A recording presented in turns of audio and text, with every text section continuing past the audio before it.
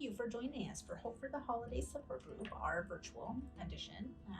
My name's Mandy. I'm a social worker out of the Lapine office for Heart and Home. And my name is Felicia Comfort. I'm the social worker here in Bend.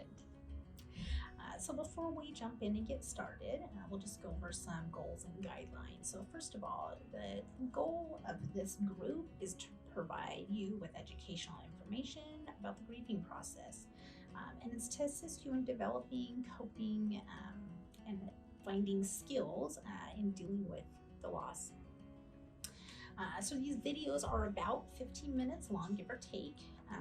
There's no fee to stream the videos, and qualified Heart and Home staff, us, are facilitating the groups. So thank you for joining us. So today we're going to talk about giving back. When you lose somebody, though, you're losing that opportunity to love them, and that can be very difficult, whether you have a strained relationship or a good relationship.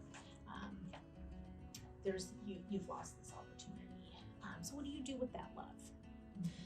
One thing that you can do with it is to give back, the gift of service. And so we're going to talk about different ways today that you can give that love, give that gift of service.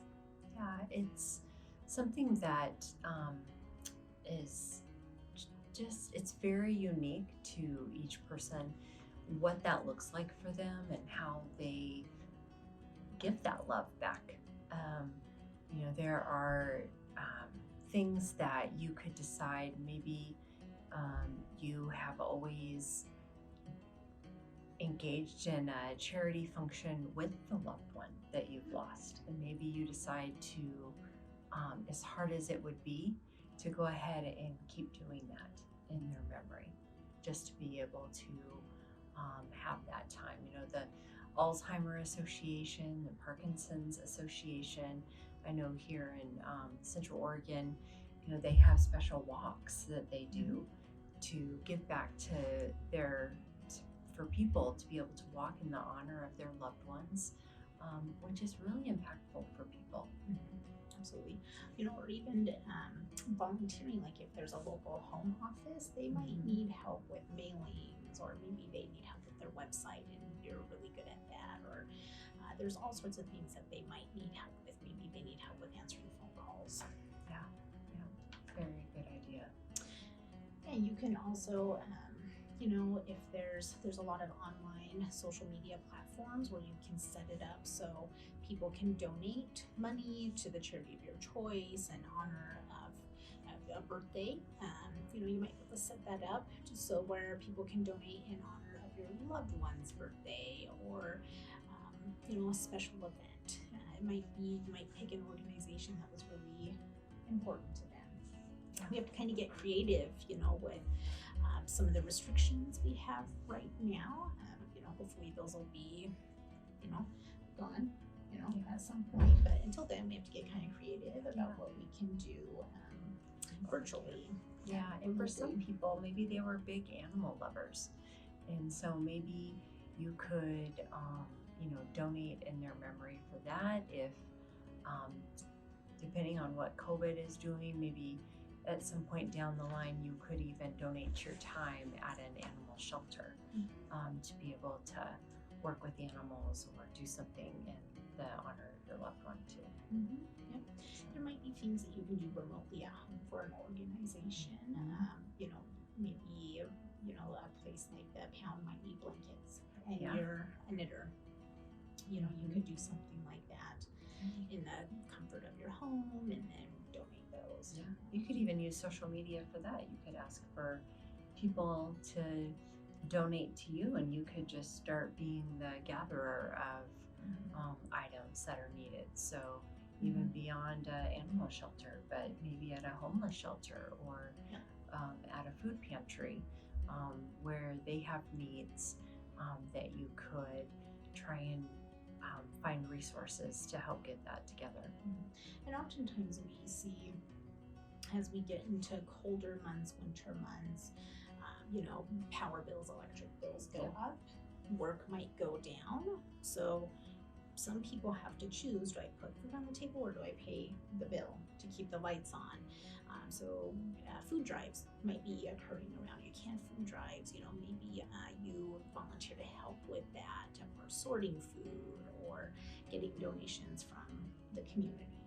Yeah, that's a really good idea. I think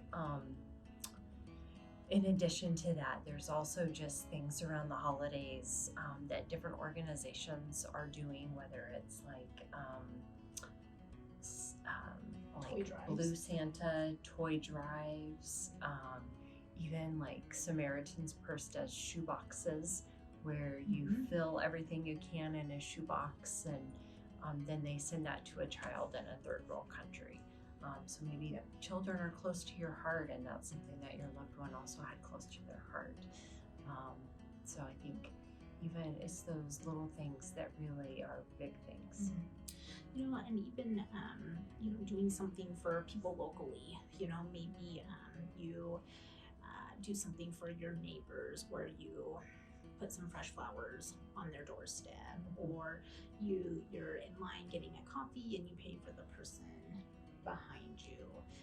Maybe you try to have a game of who doing good deeds and you don't get caught, so people are just pleasantly surprised about a flower that was on their car or a positive note on their door. And things like that make people feel good, and it can feel good for you to kind of stand back and watch and see the joy. Yeah, the list is endless, really, of what you can do to engage with other people that they know about or they don't know about. And I think there are different ways to find out in your community of needs that are, or even, breaking your neighbors. I mean, we have so many pine needles and leaves are falling, breaking your elderly neighbor's yard, or maybe just a neighbor who's having a hard time in their life and you want to do something for them. It's little acts of kindness that go such a long way. Even if you've got a lonely neighbor that likes to play cards, that could be fun for both of you to go next door and play cards. And or maybe you made too much at dinner and you decide, I don't need all this, and you split half of it and you take it to your neighbor. That can be an unplanned special little service that you do that day. We hope that this has given you some good ideas, and we hope that you find that giving back and doing the service, it gives you an outlet for your grief and the love that you're not able to give. Thank you for joining us.